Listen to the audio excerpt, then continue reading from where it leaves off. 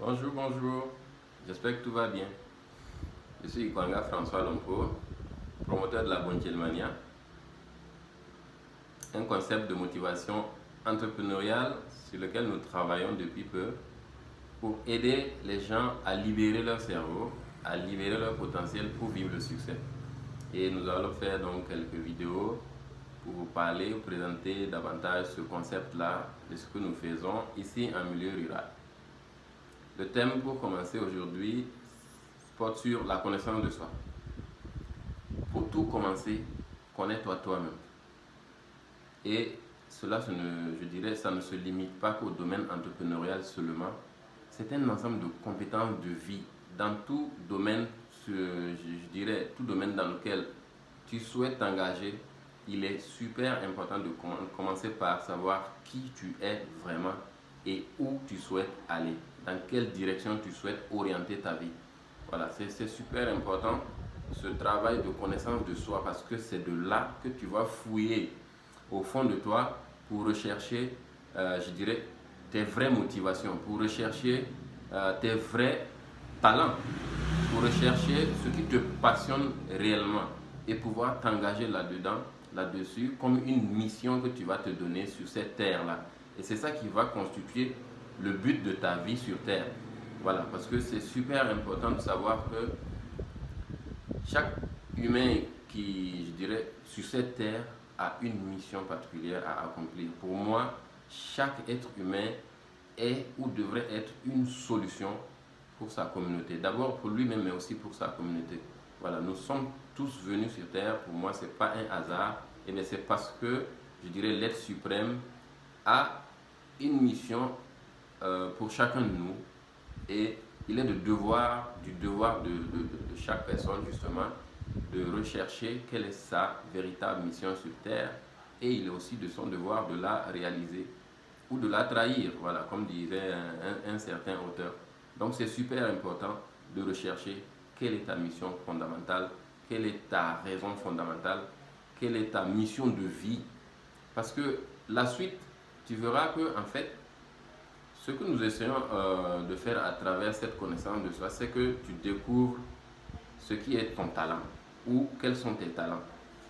Parce que je suis convaincu d'une chose, c'est que chaque personne, chacun de nous a au moins, je dis au moins un talent, voilà, dans lequel il est très bien, dans lequel il est passionné, il le fait de façon naturelle, sans avoir forcément besoin d'une motivation de quelqu'un. Il le fait sans motivation, sans rémunération même au départ.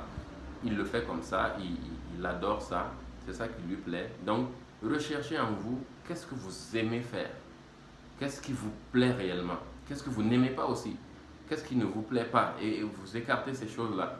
Et concentrez-vous sur vos atouts, vos qualités, sur ce que vous aimez, sur ce que vous aimez faire. Dans quoi est-ce que vous vous sentez à l'aise quand vous faites ça? Et que vous n'avez même pas besoin que quelqu'un vous motive ou vous paye de l'argent pour ça. Vous le faites parce que vous l'aimez. Voilà, donc fouillez, cherchez en vous. Il y a pas mal d'exercices en matière de développement personnel pour vous aider justement à découvrir quel est votre talent, quels sont vos rêves et qu'est-ce que vous souhaitez faire de votre vie. Donc c'est super important. À partir de là, une fois que tu découvres en fait quels sont tes talents, quelle est ta raison de vivre, quelle est ta mission, en fait, l'objectif c'est de t'amener à entreprendre dans ce domaine-là parce que c'est super important de pouvoir, je dirais, transformer ta passion en mission, transformer ta passion en métier. Essayer de vivre en fait de ta passion, vivre de ça. Voilà, faire de ça ton métier à vie, faire de ça ta source de revenus. Parce qu'en ce moment, quand tu entreprends dans ton domaine de passion, en réalité, toute ta vie, tu as l'impression d'être en vacances. Parce que, pour moi, je le dis chaque fois, il faut aimer faire quelque chose que tu aimes bien. D'abord, pour t'amuser, pour te faire plaisir. Et aussi, pour faire plaisir aux autres, mais surtout pour leur rendre service. Et à la fin, pour se faire beaucoup d'argent, parce qu'une fois que tu arrives à apporter de la valeur ajoutée aux autres à être utile aux autres, et bien en retour, ils ne feront que donc te payer ou bien te donner des ressources en retour. Il y aura une compensation, bien sûr. Donc, et à la fin, tu deviens riche, tu as beaucoup, beaucoup d'argent en faisant ce que tu aimes, en t'amusant. Voilà, donc c'est très, très important. Et l'un des travaux sur lequel, l'un des aspects en fait sur lesquels moi j'ai travaillé pour découvrir qui j'étais réellement, qu'est-ce que je voulais vraiment faire de ma vie, ou bien plutôt quelle est ma mission ou ma passion, eh bien, je travaille sur mon identité, en partant de mon nom, de mon prénom si vous voulez. Voilà. Donc, mon prénom Ikwanga.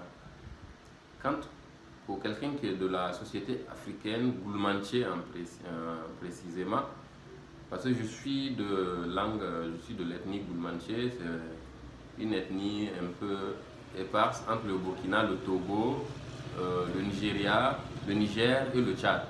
Voilà. Donc, c'est à partir de là d'ailleurs qu'on a tiré le concept Bontjelmani, la Bontjelmania, sur lequel justement nous sommes en train de développer. Mais je dis que pour cette première partie, nous parlons de connaissance de soi, de développement personnel. Parce que pour développer les autres, le premier travail, c'est de se développer soi-même d'abord. C'est de travailler sur soi avant de travailler sur son entreprise. Parce que l'entreprise, c'est l'entrepreneur qui l'a créée. C'est la personne qui crée l'entreprise. Donc, c'est super important de travailler à développer personnellement la personne que tu es. Développer personnellement, ben, en fait, c'est de trouver un ensemble de sources de pouvoir intérieur à toi, au fond de toi, que tu vas chercher à développer pour pouvoir justement partager avec le reste du monde. Donc, à partir de mon prénom, Ikwanga, en Goulmanchema, ma langue maternelle, Ikwanga, ça veut dire l'élève du camp d'initiation. Vous savez qu'en société africaine, il y a ce qu'on appelle les camps d'initiation.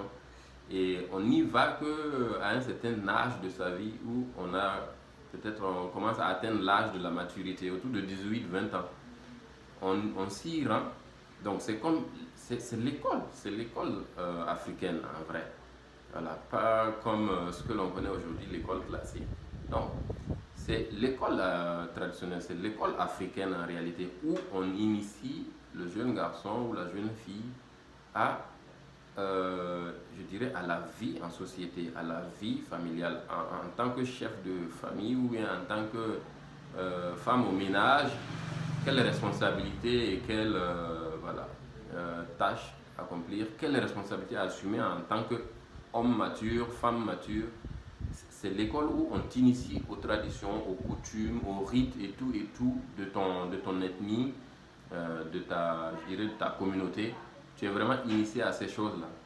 Et moi, je m'appelle ainsi, pas parce que j'ai été au camp d'initiation, non, malheureusement parce que nous, l'école, je dirais, moderne, nous a trop aspiré à un moment où on n'a pas eu la chance d'y aller.